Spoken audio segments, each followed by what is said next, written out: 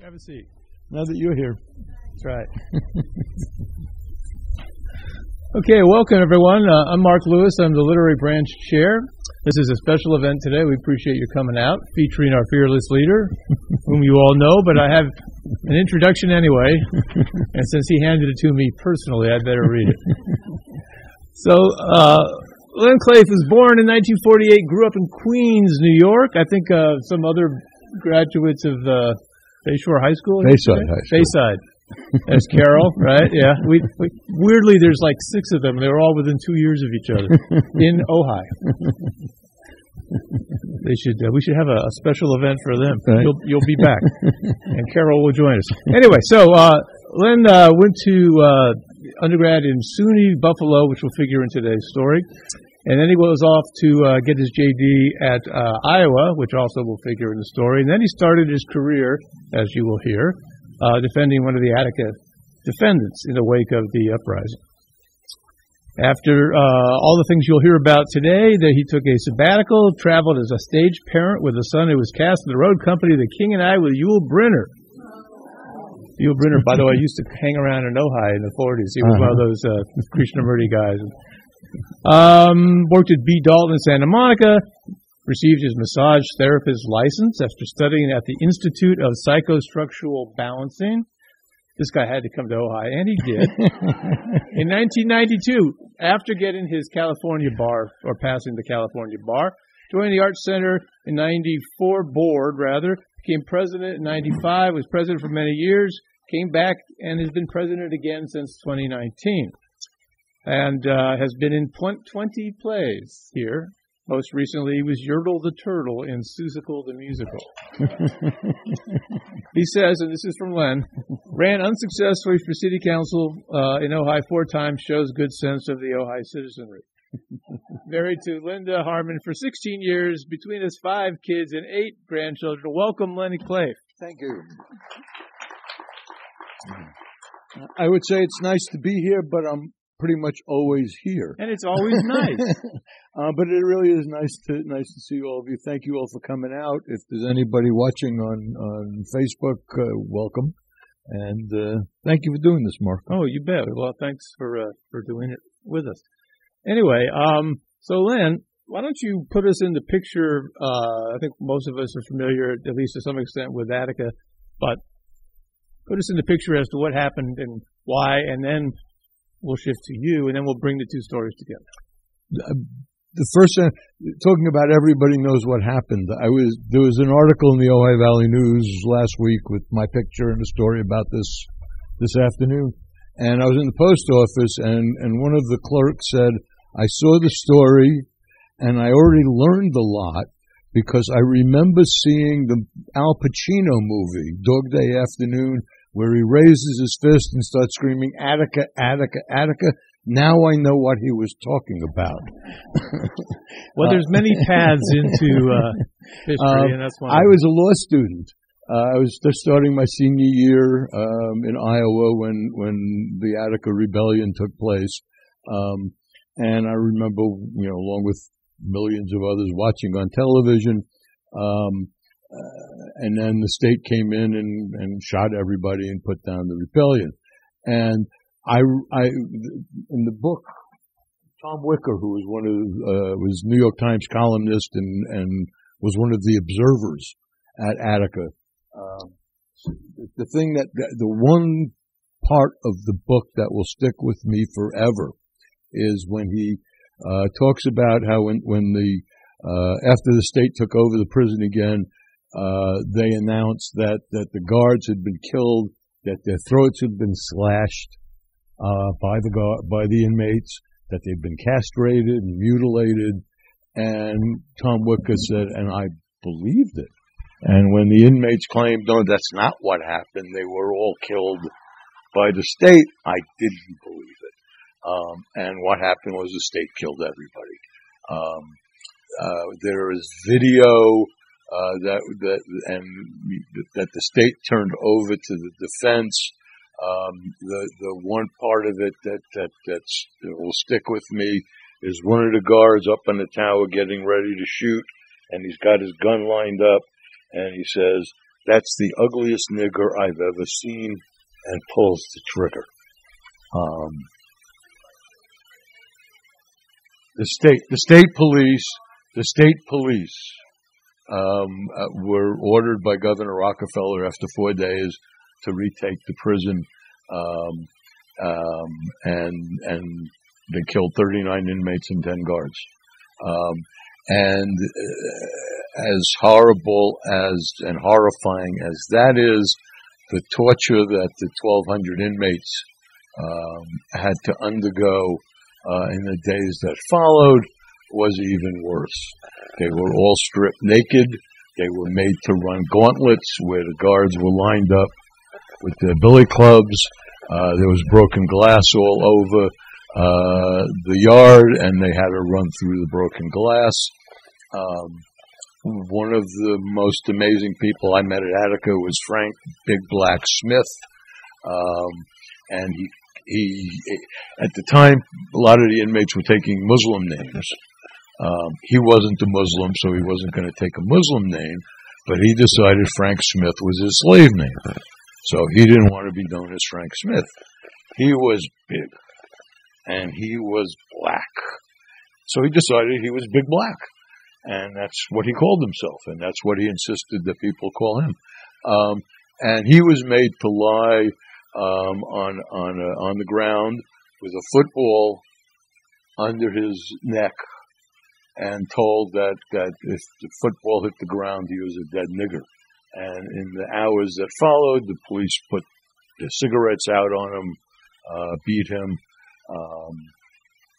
It was horrifying. I don't know if that's a place to pause. You want to ask me a question? Yeah, because we're going to, let's pause there and circle back to this happens and you are I'm watching in law it on school. television. Right. So you were, obviously as a citizen, had a reaction to it, but it became a professional thing too. First of all, how'd you get to Iowa? Because that's a good story. Well, I'm the dean of the law school at Iowa at the time, and his wife and my folks met on their mutual honeymoons, and stayed friendly over the years. So when it came time for me to go to law school, I had pretty much demonstrated my way through undergraduate school, made it through in 4 years. Not the most credentialed person in the history of the State University of New York at Buffalo. But I know there was a meeting at the faculty, at the law school, where the dean said, I've known this kid since before he's born. You can flunk him once he gets here, but he's getting in. Does anybody object?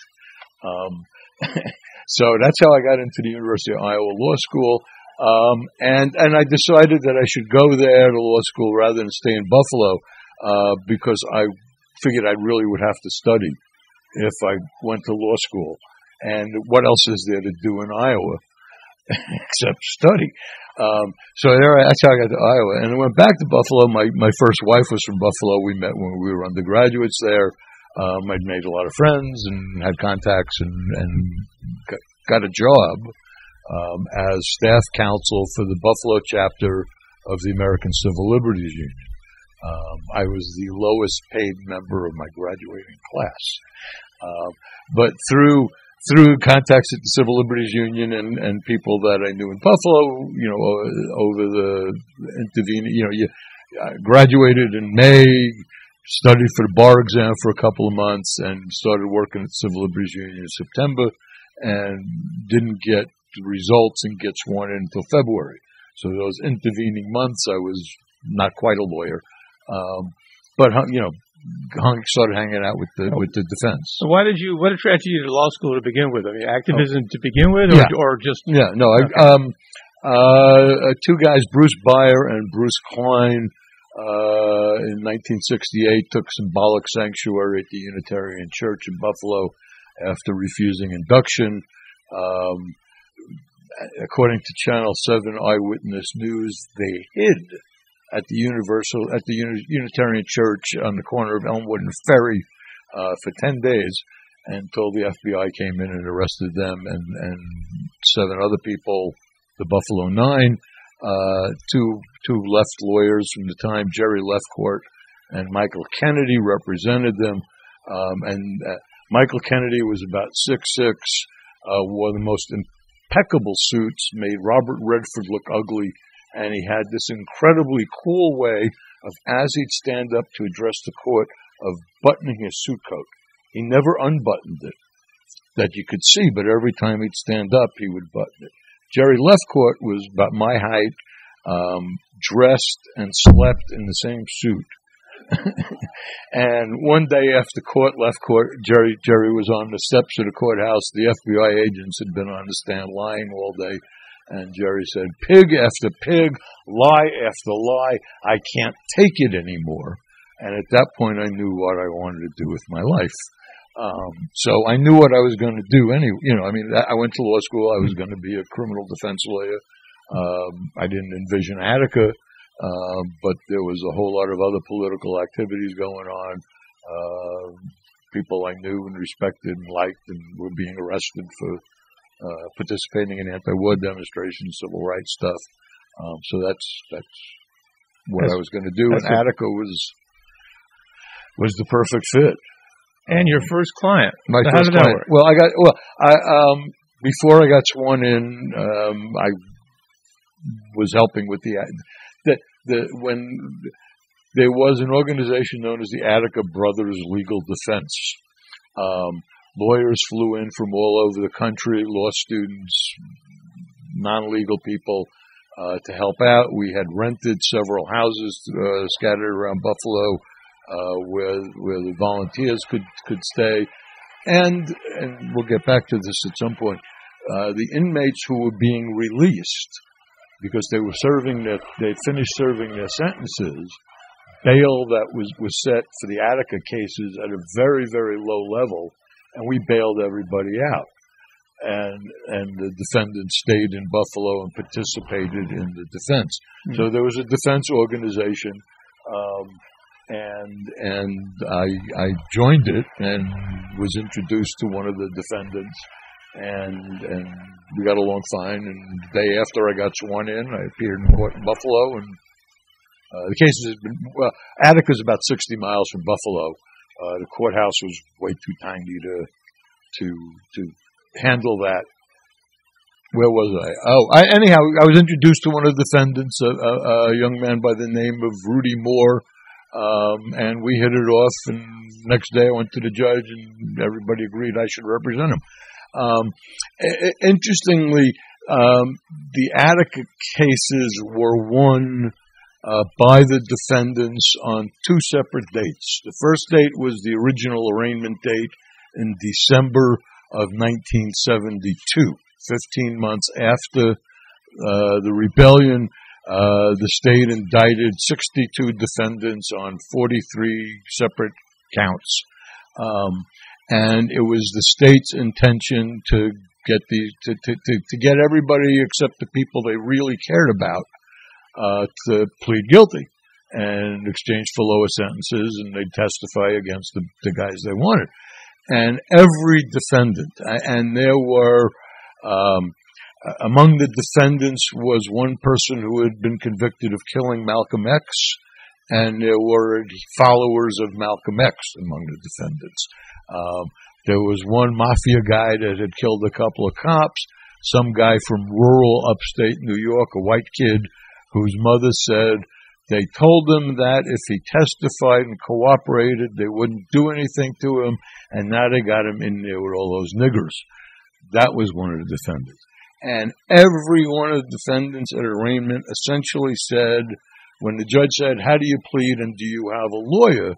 each defendant said, "Take your MF indictment and shove it up your MFA."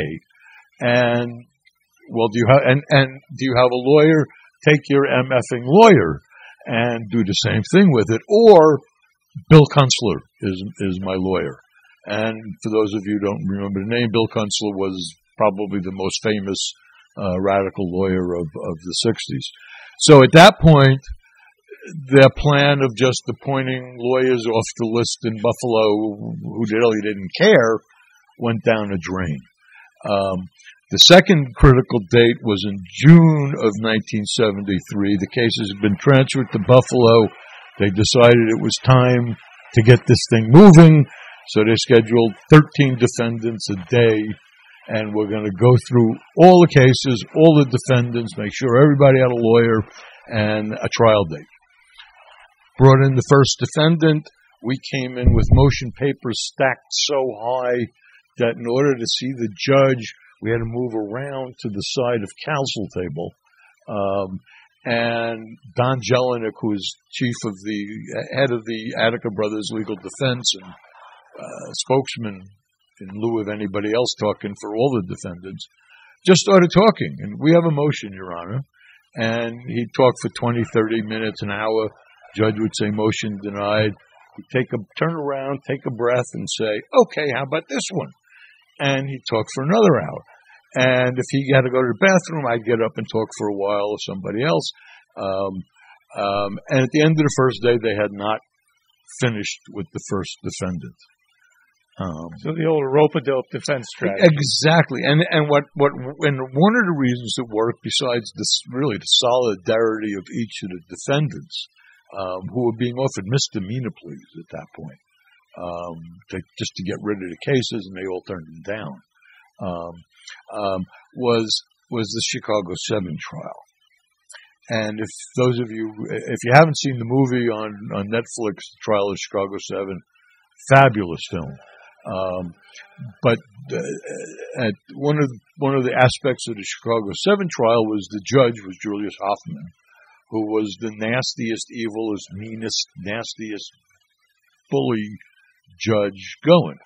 And that turned the Chicago 7 into this farce, because nobody would pay any attention to him. So they decided they weren't going to make the same mistake here, and they went too far the other way, and they appointed the milquetoastiest judge in the courthouse, to be the judge in charge of Attica. So he would give us an inch, and we'd take a couple of years. And so we just talked. Now, did you have an individual strategy, or was the team deciding, and everybody was defended the same way? If it got to trial, there certainly were trial strategies around each defendant. For example, I met the former inmate who had testified against my client and several others at the grand jury. And he told me a fascinating story, which is that he was doing his time. He was not eligible for parole for another 5 years. They sat him down in a room with a book of photographs of all the 1,200 people in the yard, and they asked the question, do you see the person who, whatever it was, and they turned the page, and they turned the page, and then they stopped turning the page and just sit there for a while, and he'd say, that one. And he'd say, good, and then they'd ask another question. When he testified at the grand jury, his wife was living in Rochester, New York. The day he testified at the grand jury, again, 5 years before he was eligible for parole, they drove his wife, when I say they, the state police, from Rochester to Warsaw, which was the county seat where Attica was located. He testified at the grand jury. The parole board was in another room, granted him parole, and they drove him and his wife back to Rochester. And he said, I did what I had to do to get out. It's a whole lot harder for them to put me back in than it is for me to get out. And if I have to testify at trial, I'll say exactly what I told you and let them try and do something about it. So we had, we had strategies for each of the defendants. My client, along with several others, was charged with possession of prison contraband, and to wit, a sawed-off shotgun. And the sawed-off shotgun was too long to be a sawed-off shotgun. It didn't meet the statutory requirements. And I read every page of the prison rules and regulations, and there was nothing prohibiting an inmate from possessing a sawed-off shotgun, nor was there any general prohibition on weapons possession. They listed lots of specific weapons, but not a general catch-all. So I was ready for trial. And that's how it went for each of the defendants. At this point, had the state given up on they murdered the guards? None of that was not a charge. No, there was one guard who died early on. And 2 or 3 inmates too. And 2 inmates were charged with killing him. They did go to trial. One of them was convicted of murder, and the other was convicted of attempted assault on that guard. So that was a separate. Well, it was part of it. I mean, it was part of it, and they did try a couple of the cases, but they did it without the cooperation of any of the people they were really hoping to testify, which were the other defendants. And then at the end of the first day, I got arrested. How did that come about? Well, what happened was when they were still working on the first defendant, and the judge was getting tired. So he said, okay, we'll finish this up in the morning, court adjourned, and they took the inmate out, and on the right side of the courtroom in front was a door that led to a little holding room and a holding cell and an elevator that went down to the basement for the underground passage to the jail, which was across the street. And as soon as this particular defendant was taken out of the courtroom, he started screaming. They're beating me, they're beating me, they're beating me. And Don Jelinek, who is the legal coordinator, goes running out after him, and I get up and I start talking. Court reporter was still there. So let the record show, and I just started describing whatever was going on. And after about 10 or 15 minutes, they came back in with the inmate, and Jelinek was screaming that they beat him up. We want a hearing. And the judge looked around and just said, court adjourned, got up and left. With the guards all, the sheriff's deputies all sort of, restraining themselves from taking out their clubs and clearing the courtroom. And we wound up negotiating that we could have 30 minutes to talk to the inmate and calm him down and let everybody cool off. Otherwise, there's going to be a problem. And after about 15 minutes into that 30 minutes, one of the deputies, who I knew, and was a nice guy, grabs me and says, come on, Leonard, getting you out of here. And I said, we got 30 minutes. And he said, come on with me. I just don't want you to get in trouble. So he brought me out into this little anteroom. And I'm sitting there, and I don't know, 30 minutes later, the chief courtroom deputy comes in. And I said, can I leave? And he says, yeah. And I get up and start to leave. And one of the other deputies says, no, he can't leave. The chief, referring to Joseph Tutlemundo, who is the head narc in Erie County, the chief arrested him. So the shrugs. And we never could figure out why the chief arrested me, because when I went to trial, he didn't testify. But I sat in the cell for a while. They took my tie, they took my belt, and I hung out in that little cell for, I don't know, an hour or two, I guess, until one of the lawyers found the judge to sign a piece of paper releasing me. What was the charge? Obstructing governmental administration or some such thing. I really don't remember. But the other interesting tidbit on that, my client, my individual client, who was out at that point, who was out on bail, had been thrown out of the courtroom earlier in the day because he was wearing his Muslim skull cap. And it took, that was the first day that they decided they weren't going to allow people to wear religious caps in the courtroom. We got that changed within a day or two. But he heard, so he's out in the hallway, and he learned that I got arrested. So he got arrested trying to break into the courtroom to find out what happened to me. And the next morning, we're all in court to be arraigned. And the arraignment judge that morning was very old and very deaf, and on his last legs as a judge. And he had recognized, and they called me, and I don't think he recognized my name. But when I came up as the defendant with my lawyer, it was like he couldn't figure out what was going on. And then the next case they called was my client's, and I moved over. And the judge was really confused, and he just released everybody without bail because he couldn't figure out what was going on. So this was the first day of your career in court as a lawyer? Well, no, because that was 4 months later. I'd been sworn in February, and this wasn't until June that I got arrested. So that's like 48 years ago. Have you had an equally exciting day in court ever since? That's the only time I was ever arrested in court. I probably have had as interesting days. If I think about it, I could tell some stories, but it's not about Attica. No. Just checking. Yeah. So we flew to Dean at a law school. This is a little aside.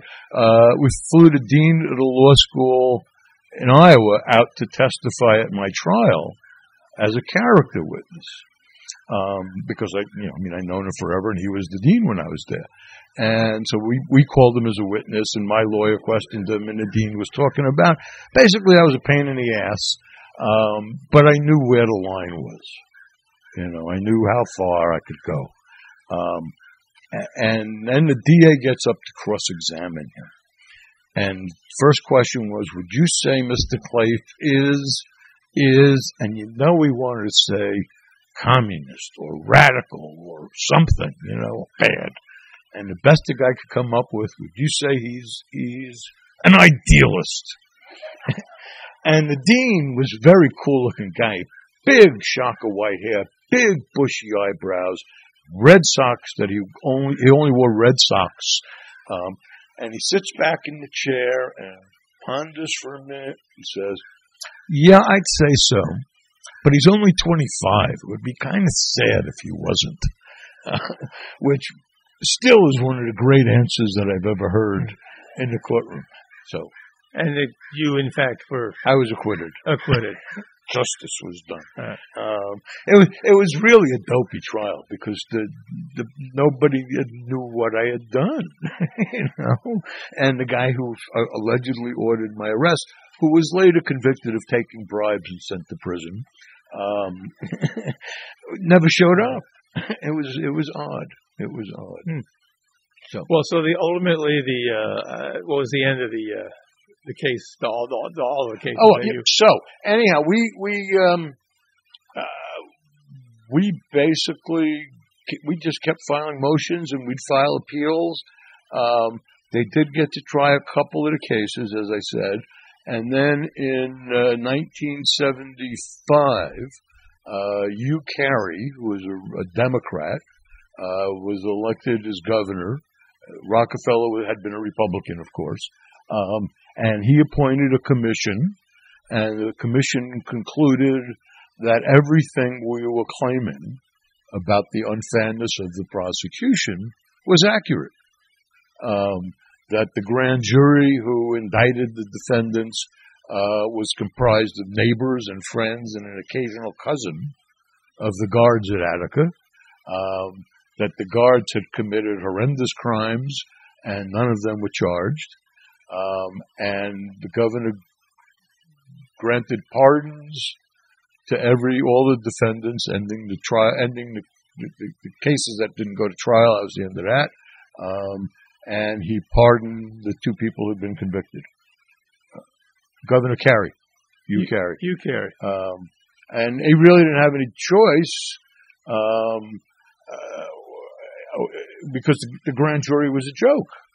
The grand jury was comprised literally of friends, neighbors, and relatives of the guards. And that ended part one of Attica. And there was a part two of Attica, which was civil litigation, that I really didn't have anything to do with.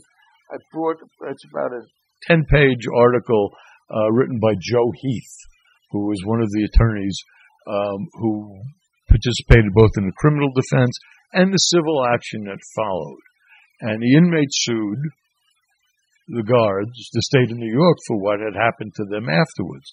And it took until the year 2000, and the state settled for $12 million to the inmates. Frank Smith got to buy his little farm in North Carolina, where he retired and lived out his days. and the inmates got some money. Well, you told me when we were talking about this before the recidivism rate. What was how did it go with the inmates afterwards? It was one of the more. If I ever went and got back to school and got a degree in sociology or something, I would write my thesis on following the Attica defendants after Attica was over.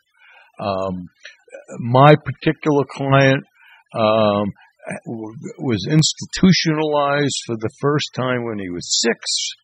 He was sent to a Dominican nun's home after his mother held his hand over an open fire.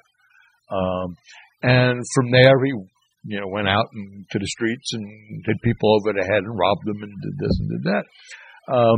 And every time he'd be released, he'd go back to the exact same environment, which was the same for each of the defendants. This time when they were released, instead of going back to where they normally go back to, they all stayed in Buffalo. And as I said, we had houses where they lived with the volunteers and lawyers who came in from all over. They participated in defense strategy meetings. They spoke at churches and civic groups. And my client got a job with the city of Syracuse as a housing inspector, and later with, I forget whether it was Gulf or one of those other gas oil companies as a campus representative. Big Black was an investigator for lawyers in New York, and I knew a couple of the people who stayed in Buffalo and stayed out of trouble. I think that if you follow the life of the Attica defendants after Attica, it would be absolutely the best example you could come up with about why we should have more money spent on real rehabilitation work, on really, not having each parole officer or probation officer have 200 clients, but have 20. And it would certainly be expensive, but cheaper than incarcerating all these people on a variety level. And speaking of cheaper, at the time of Attica, at the time of the riot, inmates were allotted one roll of toilet paper per month, one shower per week, and the state spent 96 cents a day for food for each inmate. The prison was overcrowded, and prison overcrowding then was nothing compared to prison overcrowding now. I mean, this was before gangs and before the war on drugs. And California is still under a federal court. I'm trying to referee, a guardian appointed by a federal court judge because of overcrowding, because of lack of food, because of lack of medical care, lack of psychiatric care.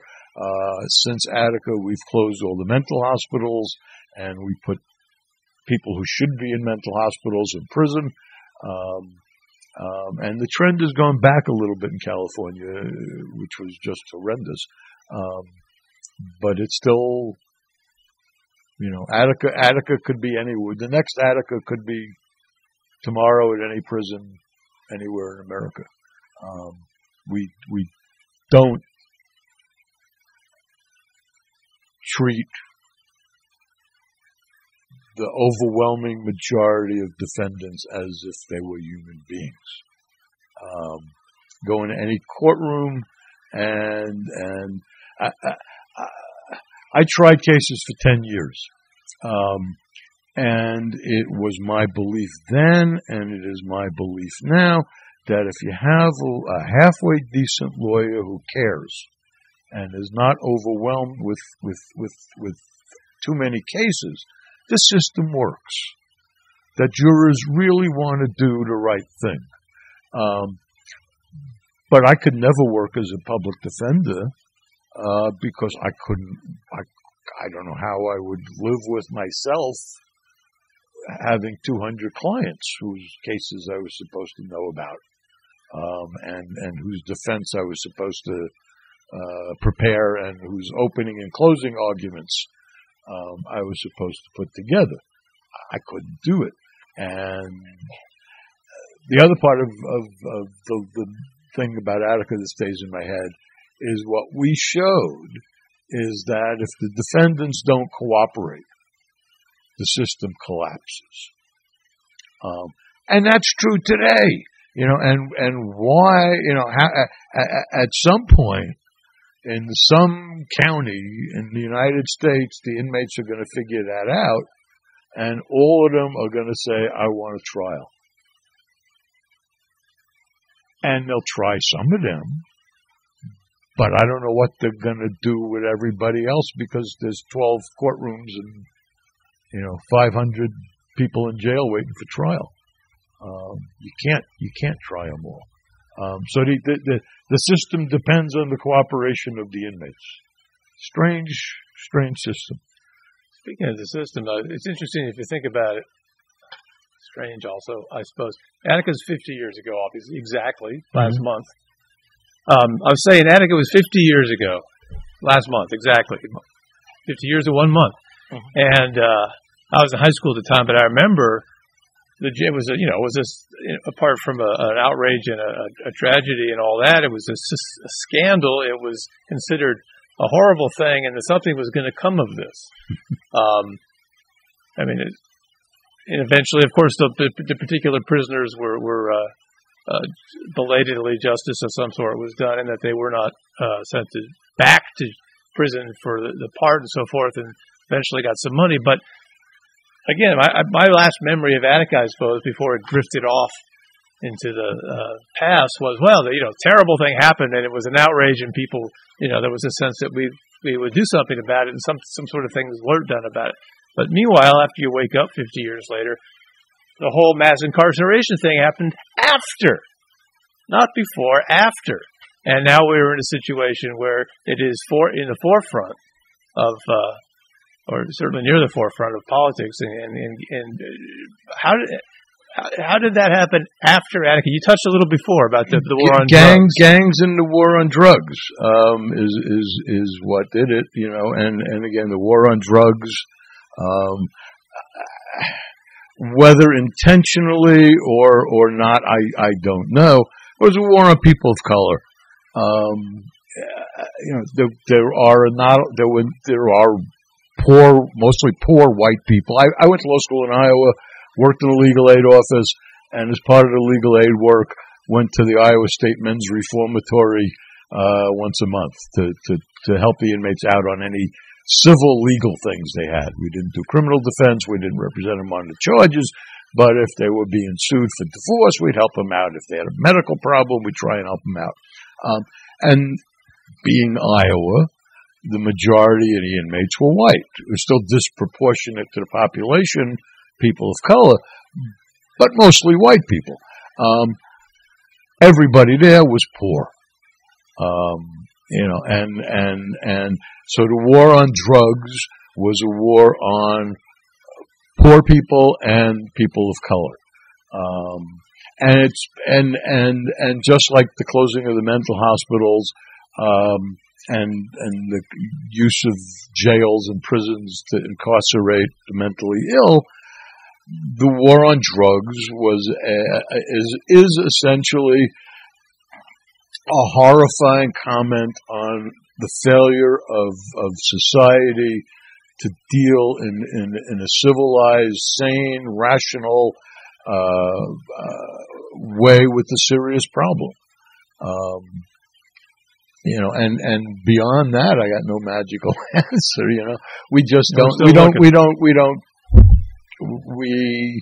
There are enough of us who are, relatively speaking, privileged, who really don't care.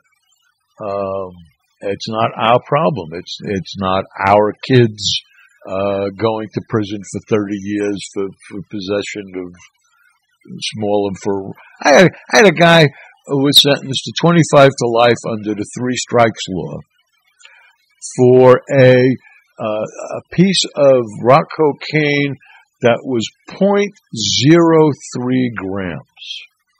A pebble. How does that, how do I answer the question, why has that happened, when there is no rational answer? It happened because people write laws in part, the three strikes law came about because of one horrible case. And I don't remember the people's name anymore, but there was a family who lost a family member to some guy who'd been convicted multiple times and got out and killed the Polyclaus. And in response to that one case, they passed the three strikes law, which is if you're convicted twice, you get convicted of a third felony, you go away for 25 to life. And they were putting people in prison for 25 to life for shoplifting a $10 pair of shoes. The famous case out of Venice, guy took a piece of pizza and didn't pay for it. My guy with his pebble of rock cocaine.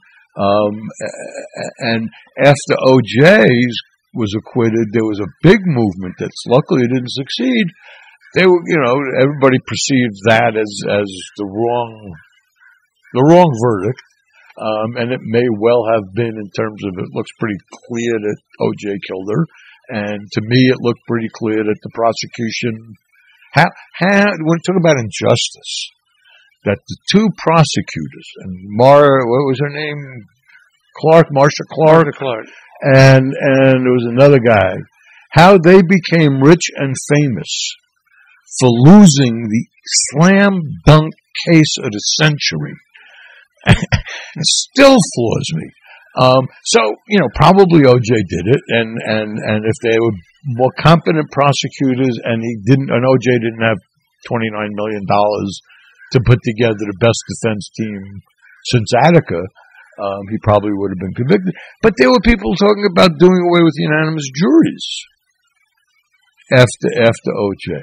And rewriting the laws to fit the injustice of that particular case. And that's always dangerous. And that's how we react. And it took, 20 years after Polyclaus, where they finally reformed the three strikes law to some extent and required that the present felony be what's considered a serious or violent felony, which is way too inclusive of the class anyway, but doesn't include shoplifting and possession of a small amount of drugs. And lots of people who were doing 25 to life were released from prison.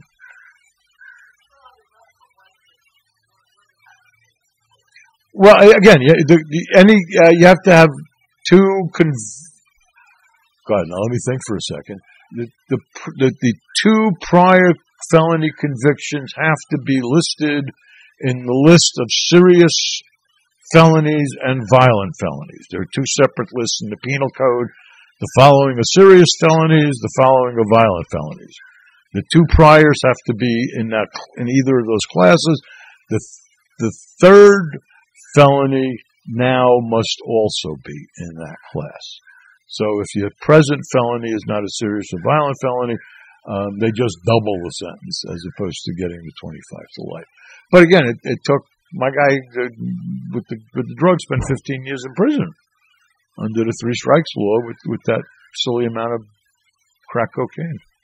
I mean, how many Wall Street brokers got convicted of possession of cocaine? One maybe. And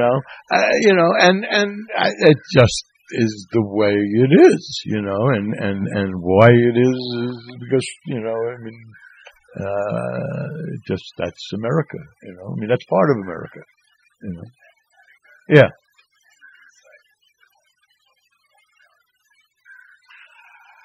That's an interesting question. What was Nelson Rockefeller thinking?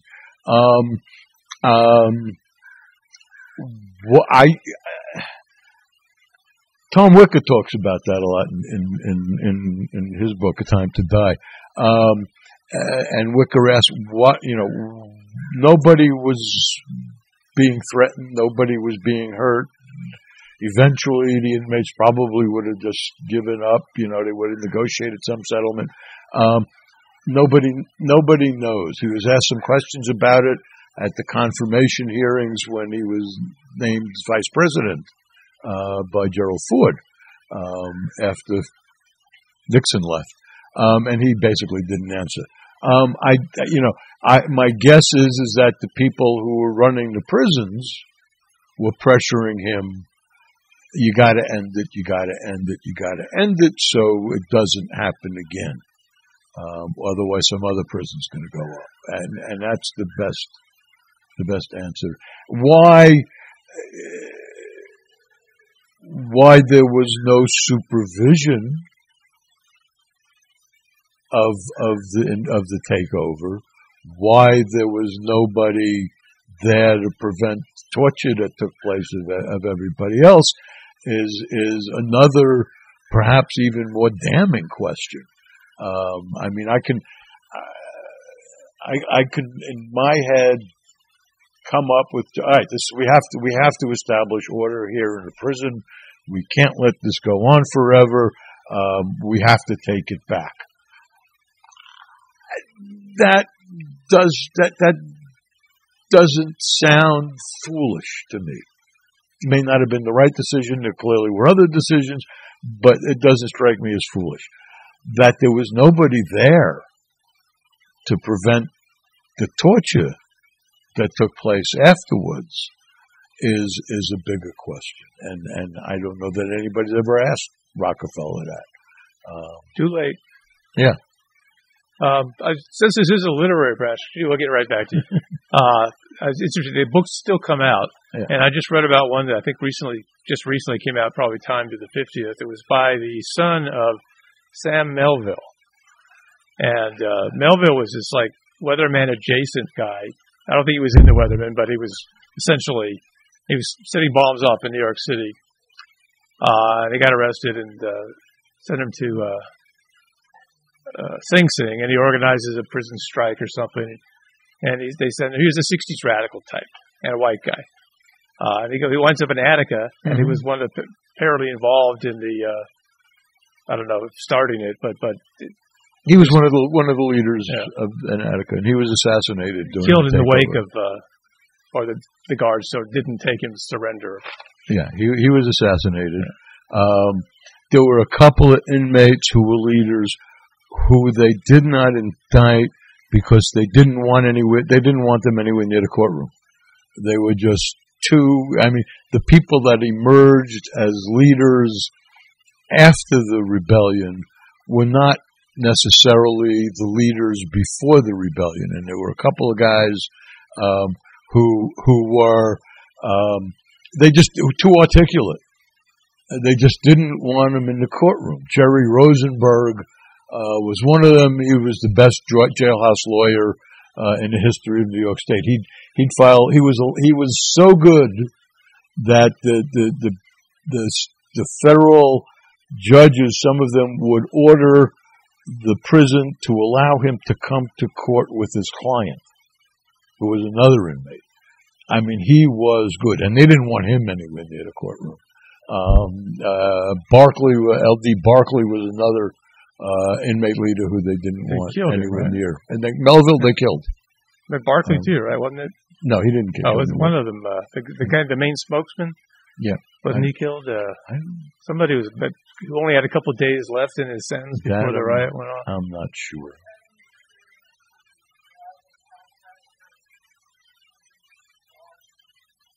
Yeah, I actually was at a privately run prison in California on 9/11. I woke up in the morning to go to the prison. I was in someplace in New York State in California where they made a movie about a track team with Kevin Costner, and I can't think of the name. Excuse me? No. This is in the middle of nowhere, California. There's a private prison. That's, I mean,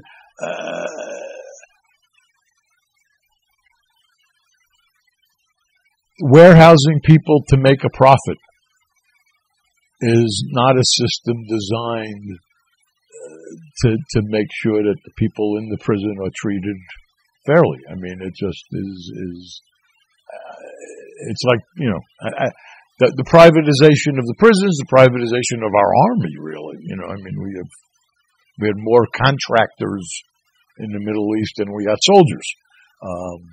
You just pay them enough money, they can do whatever they want, and we don't know nothing. To answer your question, my experience is limited. They've done away with it in California, which is a good thing. Anybody have any more questions?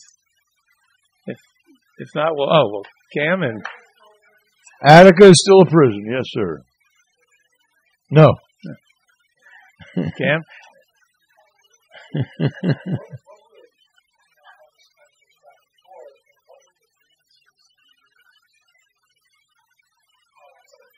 The question, what were the grievances that were the cause of the uprising? In some way, the question can't be answered because the uprising itself was a spontaneous event caused by the failure of one of the locks that separated the different parts of the prison malfunctioned. And all of a sudden, all the inmates were at a certain time just all rushed D-yard, and they couldn't stop them because they couldn't lock the gates. But the main complaints about that the inmates raised once they were there were food, medical care, showers, toilet paper. As I said before, one roll of toilet paper a month. Yeah. So, I remember the first time I went to a prison was in Iowa, and my first thought was George Raft film. It looked like a movie from the 30s. There's been huge prison construction in the 70s, 80s, 90s because of the war on drugs and the gang stuff. But before that, most of the prisons had been built in the teens, 20s, and 30s, 1900s.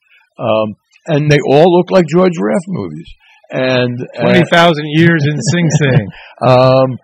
And they're horribly frightening places. Every time I leave a prison, it's like, thank you.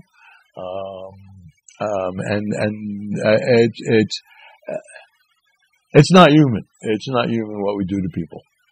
It's horrifying. Or maybe it's too human. Yeah, all too human. Same side of the coin.